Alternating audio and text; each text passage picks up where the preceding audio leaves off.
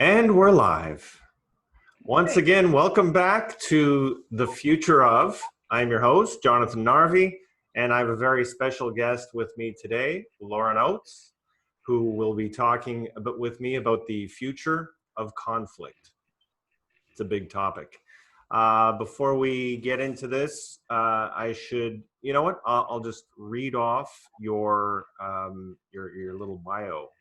Not so little, I should say.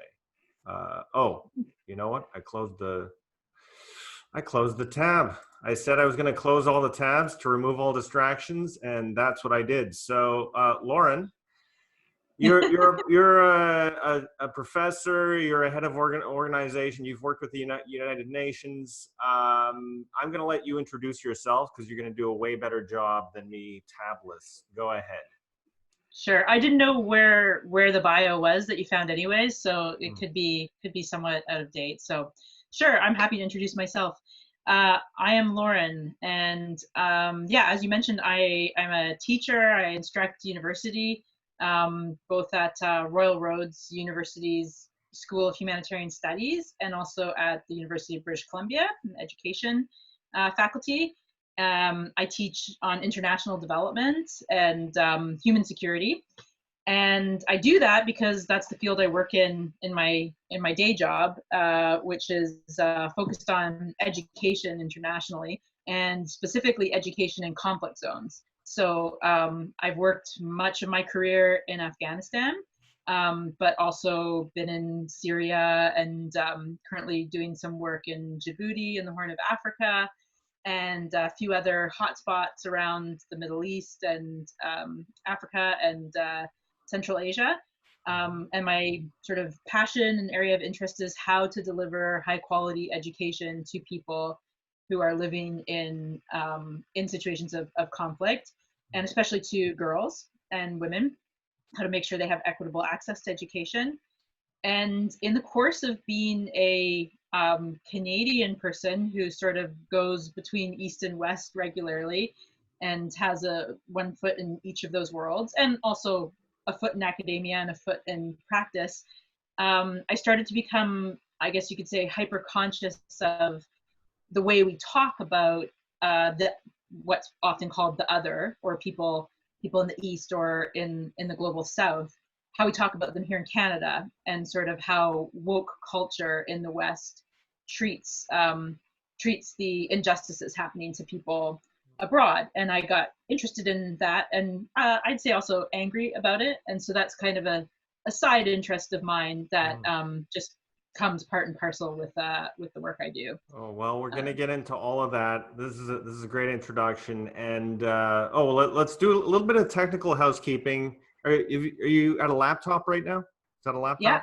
Are you able to tilt the screen at all a little bit so that that a little bit back up, Okay. up?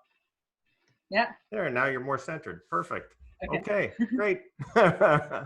Your chin was resting on the very bottom of the screen. So. Oh, really? Okay. It doesn't look like that to me. Yeah. So now, No. yeah.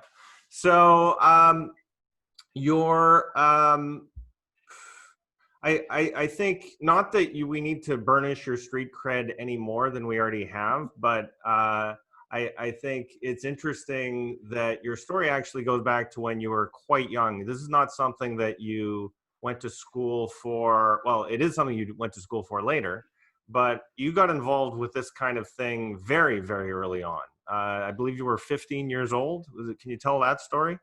Sure. Yeah. So I was 14 actually. I was in the ninth grade here in Vancouver, and that was 1996, the year that the Taliban captured Kabul and became the government of Afghanistan, and immediately started putting into place these edicts, closing girls' schools, saying women couldn't work outside the home, that they couldn't actually even leave their home unless the windows were painted black, and they had to be accompanied by an immediate male relative, all these crazy edicts. And there was a story about it in the Vancouver Sun.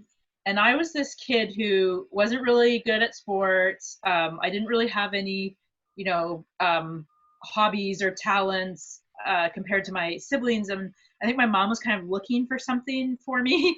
And I was very interested in justice and the idea of justice, and I talked about that a lot. So my mom cuts out this newspaper article in the Vancouver Sun about the Taliban takeover of Afghanistan and leaves it on my bed, and turned my whole world upside down. And it never really went back the right way. So I come home from school, I read this article. I definitely couldn't find Afghanistan on a map at that time, but I was outraged. And I think that that has a lot to do with the age that I was. I think that we have less filters, when we're children. We can call a spade a spade. And I saw very clearly that the idea of girls not being allowed to go to school because they were girls on the other side of the world was wrong. And it didn't matter if it was a different culture, different religion, different country than my own. It was just wrong. And I reacted to that. And so I sort of moped about it for a little while and decided I needed to do something. And I eventually wrote up a petition, and I asked people to sign this petition condemning what was happening. And once I had a few hundred signatures, I sent it off to our government at the time. So that was when Lloyd Axworthy was Minister of Foreign Affairs in Canada. And I sent it to the American administration, and I sent it to the Taliban because I found their fax number on a website. They had a website at the time. They didn't answer, but that was the start. And yeah, I don't think I expected it to become my whole life, but that's what happened. That was the start. Wow. Well, you've certainly built up quite a body of work around all that you've done. So you've worked with the United Nations. You've worked, and very often you're overseas. You're in the middle of these conflict zones, and to that extent, I guess you would. Part of your work would be helping to foster educational opportunities for women, right, and young girls in these situations, as well as I understand it, understanding what the need is on the ground so as to help get the resources that are needed to the people who need it. Is that accurate? Exactly. Yeah. Yeah, in the past, the kind of traditional thinking was that in an emergency, whether it's a war or a natural disaster or something unexpected that happens, you focus on emergency humanitarian assistance. So you keep people alive by making sure they have shelter, they have food, they have those really sort of basic needs met. But things like education and what we call development are more luxuries for post-conflict time. And that thinking has changed now because the evidence suggests that you actually need to address both as soon as possible. So if you look at a situation like Syria now, you can already see the long-term impacts of all of these kids who have become refugees, who are migrants, who are out of school, like what that's going to mean for the country when it does eventually come to the point where it needs to rebuild. It's going to have this huge gap in human capital because of all the years of lost schooling for kids. So as soon as possible, part of emergency assistance should also be social development, should do things like schools. So you do development, do education during conflict as well. That's the best practice. Right. Trying to be a bit preventative. And you sort of think of, the Taliban actually, I'm not sure if it was Christopher Hitchens or someone else who was noting that, the Taliban is almost not an indigenous group to Afghanistan, in that it grew up out of the refugee camps of people who had, Afghan families who had had to flee to Pakistan when the Soviets invaded. And so those out of those refugee camps, where I guess they had nothing to do but read the Quran and get I guess brainwashed, they a lot of them wound up becoming the proto-Taliban that eventually took over the country. Exactly. The Taliban are a consequence of an earlier phase of the Afghan war. You say read the Quran. If a minority of them could actually read, there were cabinet ministers in the Taliban government who were illiterate. These were I mean, that's really one of the characterizations of the Taliban was they were incredibly uneducated in every sense of the word. And you know, they were a lost generation that were very effectively channeled towards these you know, hostile ends in Afghanistan. So not handling that well, you know, two generations before came back to bite Afghanistan later in a bad way. Right, right. Okay, so we've you know provided a bit of background and have talked about sort of you know Afghanistan has been on the, I guess it's been, I don't know, on the back burner. How do I describe this? For you know, it's not front of mind for a lot of people who are maybe thinking of say Syria or you know other maybe more recent high intensity conflicts. Um, but you know, the good news is that Afghanistan's all solved. I was reading an article. It was from February. The USA and Afghanistan, the Taliban had signed a peace agreement, and so I guess things are going swimmingly there now. Is that sort of? Can you update us? Don't get me started. Yeah, that's a way to really sell people up the river. I mean, it was an agreement between the Taliban and the U.S. And so the major party missing was, well, two: one, the Afghan government, the actual ruling government of the country, and second, the people of Afghanistan who have paid the heaviest price so far in this protracted conflict, and will pay the heaviest price for any kind of power sharing agreement with the Taliban.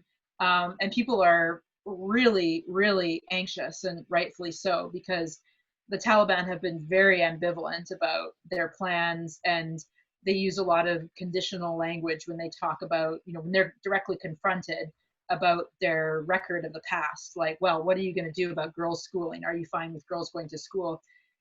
They'll say, yes, we're fine if they go to school in, you know, an Islamic way. But there's rumors that that means madrasas only. It means study up to grade 3 only.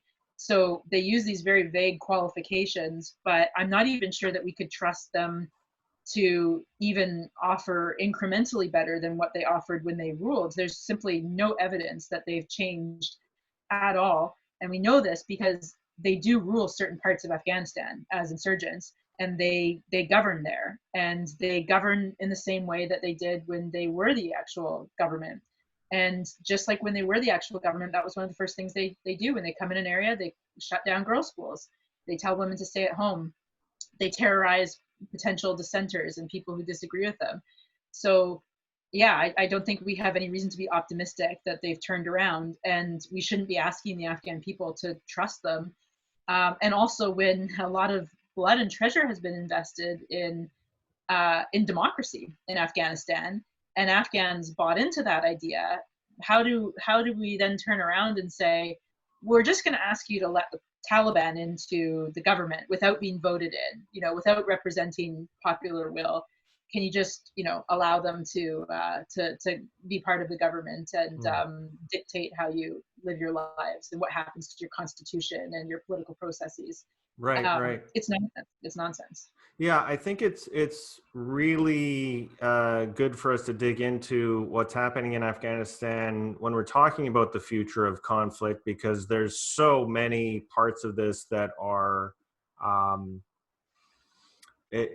it makes concrete, you know, certain ideas around, you know, how do we even number one, when we're talking about conflict, what are we talking about? Are we talking about war? Are we talking about yeah? Let's define some terms and come back to this in a second. So, how can we think of conflict in an abstract and also in a tangible way?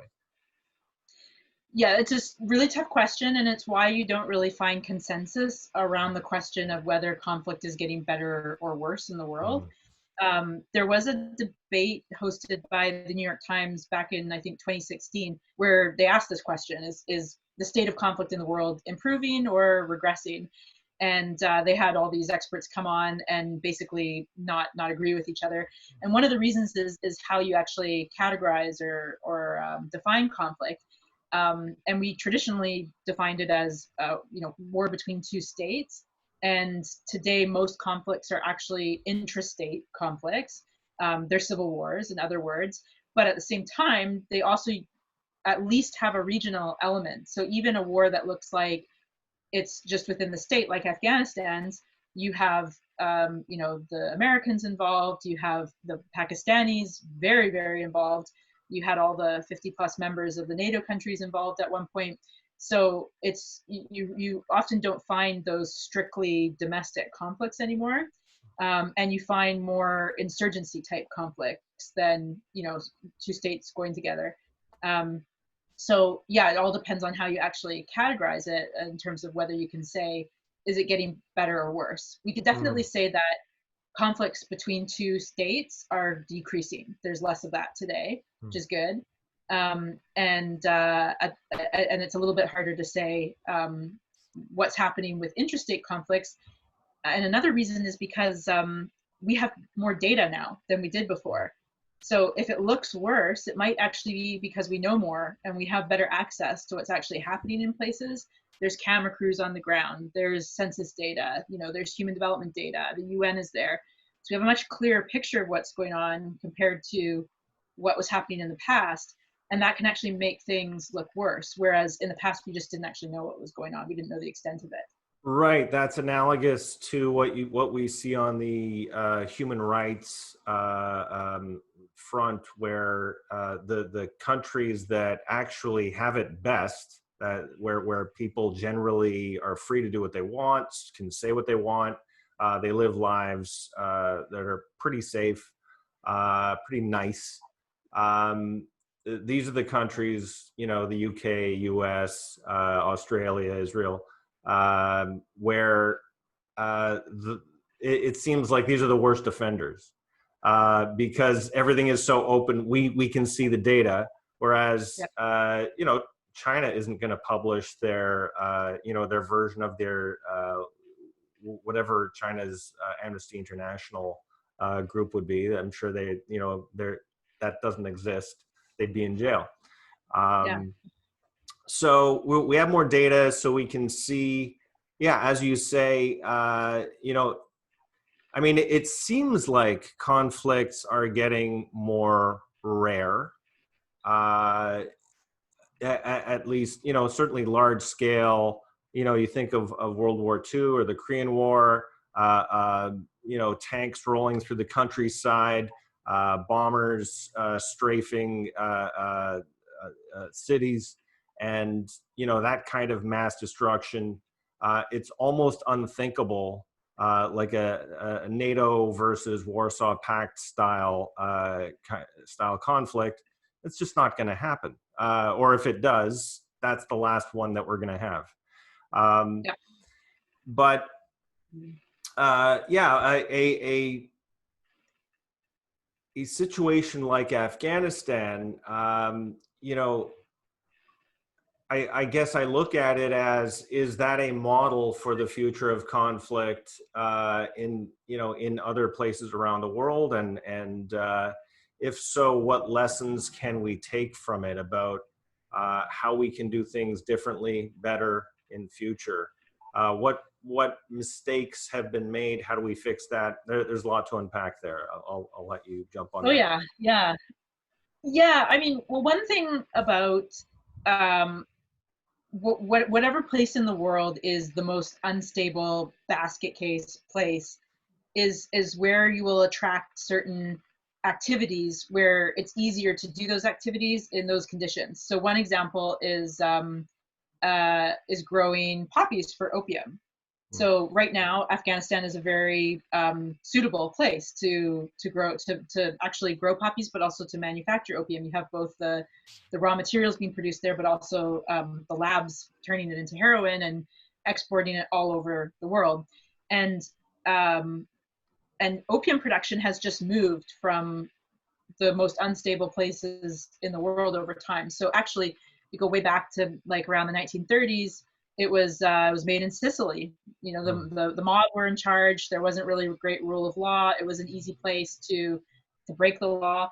And when that changed, they had to move on. And so opium was made in the Golden Triangle in Southeast Asia, and then it moved into Turkey, and then it moved into Afghanistan when it got harder to produce it in Turkey. Turkey now produces some legal opiate products, but illegal opium is produced in Afghanistan, but in the highest volumes in the world. And should things stabilize in Afghanistan, it'll probably go to Syria, I guess, or wherever else it's easiest to make it. So you'll find the same thing with human trafficking and all kinds of rule breaking and law breaking and terrorism. And it's not a coincidence that Osama bin Laden chose Afghanistan as his hub from which to plan the 9/11 attacks. And this seems to be lost on the current administration, that if they walk away from Afghanistan and allow it to remain unstable, it will come back to bite them later in one form or another, because that has been what has happened historically. Right. So So we can't really afford to ignore it. right. So the suffering that comes from conflict zones is not just at the sharp edge of fighters shooting at each other. It's all this destabilization creates all kinds of ways for human beings to make life horrible for each other. Yeah. I would point out, by the way, the image behind me is a Great. poppy field. Now, that's again, this is more about the I was thinking about the past of conflict. It's so associated with World War I. And in Flanders fields, the poppies grow. So when we talk about, let's look at another area like Syria, where we see the same kinds of or similar kinds of trends play out. In terms of the destabilization of the civil war. Obviously, that has not just entails suffering for the people living in Syria, but caused mass destruction in terms of waves of refugees going all around the world, which disrupted Europe and large parts of the world that just were not accustomed to these huge migration flows. And this has consequences. I'm curious, what are your thoughts about where Syria is at now, and what this shows us, if anything, about the future of conflict? Yeah, I mean, firstly, my heart breaks for Syria. It's I spent some time in Syria before the war, and I know now that so many of the places I saw don't exist anymore, and that the country will never be the same, or it won't be the same for a very, very long time. And it was quite farther ahead compared to Afghanistan in terms of its levels of human development and economic development. And it was, of course, it was a horrible authoritarian dictatorship, but it was at peace technically, as long as you weren't a dissenter. Things were at peace. And it's it's one of the world's worst conflicts now, probably the second worst after Afghanistan. So there are those differences, but then there's a lot of similarities between Syria and Afghanistan. You're going to have this protracted conflict. You have all of these secondary impacts, the creation of terrorist networks that spread well beyond Syria's borders into neighboring countries and beyond, and washed up on our shores as well, with ISIS terrorist attacks in the West. You have the lost generation. You have the migration. So Afghanistan is still the largest group of migrants in the world, and Syrians are second, where Afghans tend to be more economic focused migrants now, but Syrians are, of course, caused by war. So there's a lot of similarities, and there's a lot of lessons learned that we should be applying from cases like Afghanistan when we look at Syria. But I think, going back to, you mentioned the memories of World War II and the destruction it entailed and the loss of life are somehow still fresh, even though most of us alive today weren't around then. They're still part of our, cultural narrative. They're still there. And then I think, on top of that, you have, for Americans, the Vietnam weighs heavy on them as well. And so there's much more of a reluctance to engage in any kind of conflict, especially in other people's conflicts.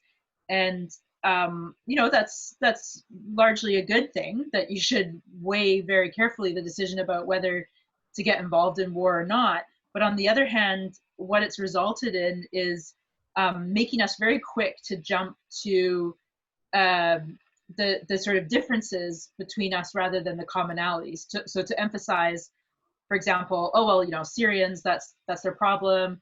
They have a problem like ISIS because that's part of their culture. And who are we to say, that ISIS shouldn't behave that way?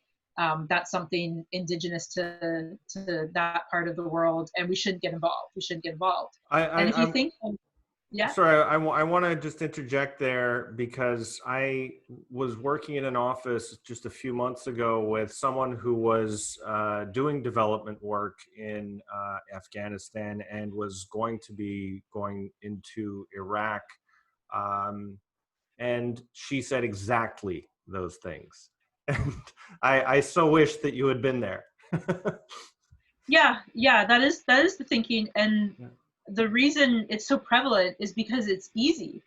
It excuses us from action, right? Like, it allows us to walk away from these what we see as other people's problems, and to not have any responsibility for them.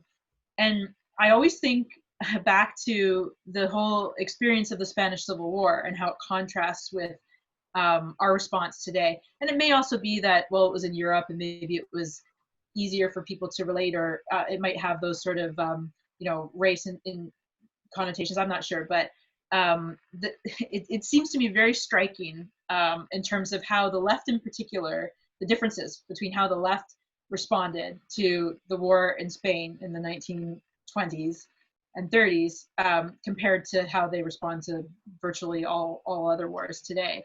I mean, you had this incredible international solidarity movement mobilized, and it wasn't just people talking the talk, they were walking the walk. I mean, they literally went and crossed an ocean and fought for the Republican side in the Spanish Civil War, for the values of democracy, and for the unions, and against fascism. And you now have something that is so obviously fascism at play in Syria, and the left is silent. They're completely silent. They don't even talk the talk, let alone walk the walk. Yeah. Of course, with a few important exceptions. There's been people who have gone independently, former Canadian soldiers, for example, who have gone independently and fought with Kurds in the Middle East, and indeed some have actually died there, but not comparable to the numbers of people, the thousands and thousands of Canadians, Americans, British, and others who went to Spain and picked up arms and fought and told the story of what they saw in Spain. We're just living in a different era now. We're living in an era where we don't have that solidarity with people, and we don't recognize that there are people with what we falsely call Western values there. I mean, I always say that the greatest Democrats, the greatest feminists I've ever met are people I've met in places like Afghanistan, because they're actually fighting for those things and dying for those things right now. And those values are a lot more abstract to us today. Yet we have the gall to say that those are our values, that human rights and democracy and women's rights, women's equity, that those are Western values, where the people who are willing to take the biggest risks for those things are brown people. They're not white people. They're people living in very, very dangerous circumstances, fighting for those things in their own countries. Yeah, the cynicism that you see with regard to, most people, I think, see any kind of, willingness to fight. There has to be, they think there's an underlying motivation of, this is just a scramble for resources. They want to steal stuff. They want to take the oil. They want to they want to show they're tough. They want to show they're the policemen of the world. That's why they're really doing this. In fact, I know someone who was a refugee from Bosnia, grew up basically in Sniper Alley, her family moved to Canada, and so she could have a good life. And it was Canadian soldiers who were part of that UN effort in Bosnia, trying to untangle, or at least keep those murderous sides apart. But it was generally a U.S.-led effort that ended the conflict in the former Yugoslavia, and she just had nothing but contempt. And like I'll point out, it was Remembrance Day of I guess it was last year, and apparently she was saying things like, these soldiers, why do we honor them? They're all fools. At best they're fools. At worst they're just people who like killing. It's like the cynicism from someone who was actually, a military force was used to extract her family from a dangerous place to put her into a safe place, and meanwhile also to help stabilize that country so that not everyone needs to leave that entire territory. It was astounding to me. Yeah, it's astounding and infuriating. And actually, I think they do that because that is the dogma. That's the script you're supposed to follow. If you have proper, I mean, I say far left, but unfortunately, it's kind of becoming the mainstream left. Like, if you're part of the woke left, that's your script that you better stick to. You have to say those things. You have to be, wary of going to the Remembrance Day ceremony and show your credentials by critiquing the culture of militarism and all this. And it's very silly, but yeah, that's the era we live in, and concerns me greatly. Well, I'm gonna try to steel man the argument from the other side and see how we come at it. So let's say, okay, I'm going to include two facets here. So one is, we don't know enough about for Western countries to be involved overseas militarily. Number one, we never know enough about the cultures that are there. We invariably wind up making more of a mess, doing more damage than any benefit we are creating. To the extent that we may not even be fighting on the right side. We don't speak the language. We don't know. And then number two is just the utility of it for all the blood and treasure that we spend to try to do good in the world, and help one group against another far from our own shores. We just see failure after failure, and we're not making a difference. It's a waste of our time. We should just let the rest of the world be the way it is. What would you say to that? So there's a fairly simple answer to that, surprisingly, which is R2P, responsibility to protect. So some very smart people have already thought through these issues and tried to come up with a framework that would help us decide when is it appropriate to intervene militarily in another country. And that's responsibility to protect, with, I should say, many contributions from Canadians to developing that framework. But it hasn't lived up to its full potential for many reasons. But I would say one is, this kind of culture we live in right now, where we're not very excited to have a framework that would facilitate military intervention. But the conditions are quite strict. They do say that R2P applies only in situations where there is imminent risk of genocide, of crimes against humanity. I mean, where there's like serious shit going down. You don't go in because of some small, skirmish. You go into a situation like Rwanda. to stop 500,000 people from being murdered. And indeed, Rwanda was part of the impetus for developing R2P, because we found ourselves again at this stage of saying, how did this happen? And saying never again, but not having tools to make never again real. So R2P was an attempt to actually, offer something concrete. And it's been very seldom applied because of the strict conditions, and also because it's new. I mean, we're in an early phase generally of any kind of international law, but especially of this type of international law when it comes to violating sovereignty of countries. So there's that question of, what do you put first, state sovereignty or the well-being of the human beings who live in these states and don't have much choice about the matter. So I think, I have a lot of faith in R2P as being one way to navigate through some of those questions, like, do we go in? At what point do we go in? How do we go in? What do we need to know about this place before we go?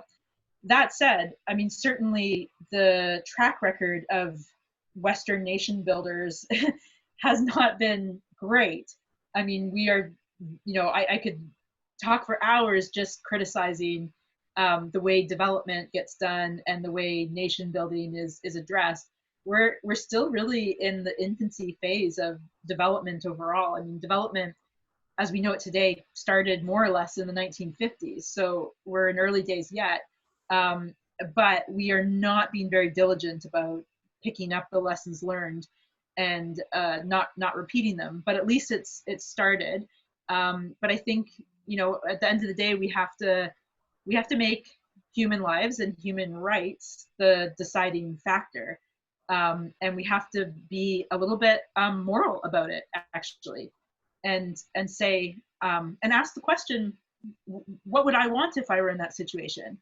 If I were growing up on Sniper Alley in Bosnia, or I were living in Taliban-controlled Kandahar, Afghanistan, or I were, a kidnapped Yazidi woman in Iraq, what would I want the international community to do? And you probably wouldn't say nothing. Well, excellent points. I want to just deal with sort of a connected issue there. If we have a responsibility to protect, maybe part of the reason that it hasn't been working as well as it should is that even when you have the most clear-cut catastrophes and genocides, there always seems to be some state actor that's willing to go in on the other side. So, I mean, you can even think of, with the Iraq War or Gulf War II, and George W. Bush going in, Iran and Syria providing material support to the insurgents who are using their guns not just to fight U.S. forces, but to take over neighborhoods and create dungeons of torture and rape and just the worst things imaginable. There always seems to be some actor out there that at fairly negligible cost compared to, say, a Western country sending a highly technical army, can just do huge amounts of damage and just sabotage anything we do to try to get involved just because they want to mess with us. Is like, how do we get beyond that? Yeah, I mean, war should always be the last resort, but it should be a tool in the toolbox. But it's certainly always preferable to foster change from within and to support forces from within a country, like the reform movement in Iran, for example. It would be much better if they could overthrow their government, bloodlessly, hopefully, as opposed to a military intervention, which, just causes lots and lots of complications and opens the door to all kinds of spoilers to come in and take advantage of an unstable situation. So I think it's very important that you have it available as a last resort in a situation where there's the threat of genocide or great loss of human life. But democracy, real, true democracy building is a great anti-war strategy, but we haven't really quite figured out how to do it well, and we're really impatient, and it takes a long time to for the roots of democracy and all that goes with it to be laid. But one thing I definitely don't want to neglect talking about when we're talking about the future of conflict is the democratic peace theory, because I think it's really important to this question. So that's simply the theory that democracies don't go to war against each other. That's the key. And this is like a very, very rich field of political science. You have loads of researchers working on theory around this, and they have the same problem that we mentioned earlier, where they don't all agree on the categorization of both what counts as a democracy and what counts as a war. But by and large, they agree that it looks very much like that democracies tend not to make war with each other compared to non-democracies. So I think that's important to explore too, right? How can the pathway of political development of a country contribute to it becoming more peaceful and making the world more peaceful? Right. So it's not just who's got the bigger guns, but who has the best ideas. And if you can persuade, maybe you can avoid some conflict. Okay, this has been a terrific discussion, and you've been very generous with your time. So thank you for that, Lauryn. If someone wanted to find out more about you online, where would they look for you? Feel free to promote any causes you're involved with. Go right ahead. Okay, so let's see. Well, I'm executive director of a charity called Canadian Women for Women in Afghanistan. So pretty self-explanatory by its name, what we do. We do focus on women and girls, but actually we only deliver education programming. All of our work in Afghanistan is around education. So you can look us up, Canadian Women for Women in Afghanistan. And I'm on Twitter for now anyways. Sometimes I want to get off it when I watch what's going on there. But yeah, you can find me on Twitter and Facebook and all that stuff as well. Okay. Well, thank you very much for coming on The Future Of. We've been talking about the future of conflict with Lauryn Oates. And it has been a terrific conversation. I look forward to having you on again, but not for a while because you have some good news happening. I'll let you do what you have to do. So thanks very much again. And for those listening, I will see you in the future.